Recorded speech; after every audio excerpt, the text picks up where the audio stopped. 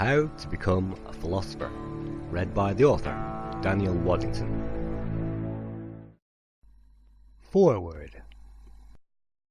In 1984, I found myself at the gates of Alton Towers, a funland amusement park in the heart of Britain. I was there thanks to my mum, who had brought me down on the coach all the way from Lancashire to experience the joys of a theme park. As we walked around that place, she became slightly bemused and then slightly depressed when she realised I didn't really want to go on rides, I didn't really want to experience the thrills that such a place could offer. With some trepidation, and yet with tact and dignity, she asked why I didn't want to go on any rides, seeing as it had cost her quite some money to be able to afford to get there, and it had taken quite some time to travel down there in the first place. I smiled and informed her that I was completely happy, and I was actually very happy just to be there. At that point, I was 10 years old, and from there I discovered that my opinions of life and my views were different to those of my mum, and I couldn't always count on my mother to give me the right explanations and the right views to the view I was seeing.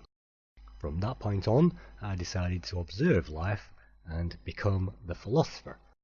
I always knew that somehow and in some way I would write a book on philosophy, how to approach life from a different angle, and all it took was 27 years of studying life from all those different angles and from all those different views from all those different people until I felt confident enough to be able to do so. Flash forward to 2012. I was sitting in a vehicle with a man called Chris, who was trying to explain to me his view of life as an anthropologist. As a philosopher, some of the things that I spoke about were different to him and to how he saw life, and he wondered why nobody else had ever spoken about these things before. I spoke about my idea of the Book of Life and how I'd tried in vain to start a website and to write articles on the Life School, and he said, "I'd rather see you do that, whatever it takes. What do you need from me to make that happen?" I was quite taken aback by this, and I resisted my first knee-jerk reaction to say, "Give me lots of money and I will make it happen." I basically said, "I will agree to start the Life School. Finally, I will agree to start my book in 2013, and we shook hands on that, and this catalyst was just what I needed after all those years to put all my experience into a book for everybody on the planet to learn and to appreciate. Life does not have to be complex. In fact, the more complex a philosopher makes life, the more complex they make life for themselves.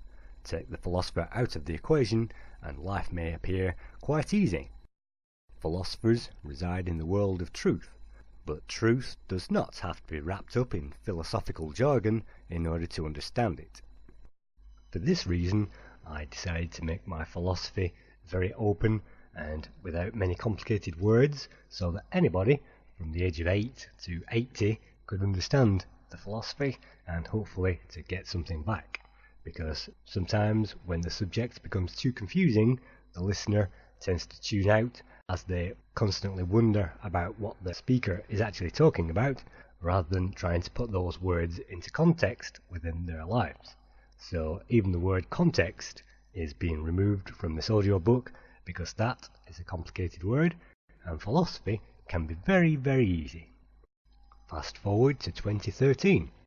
6 months ago, I decided to write a memory map of the first book I would write in a series of 3 books on the theme of how to become a philosopher.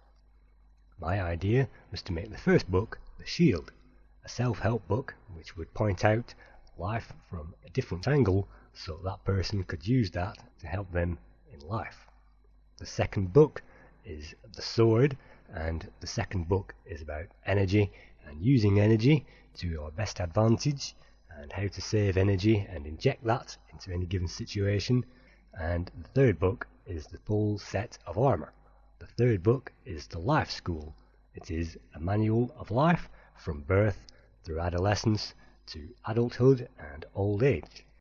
The third book is probably the most important book of the three, but I realized that without a stance, without an approach to life, the philosopher may get lost in the third book and would not be able to use the third book as the armor as intended. Hence, this, the first book, will give the philosopher the stance and the point of view from which to observe the world at large.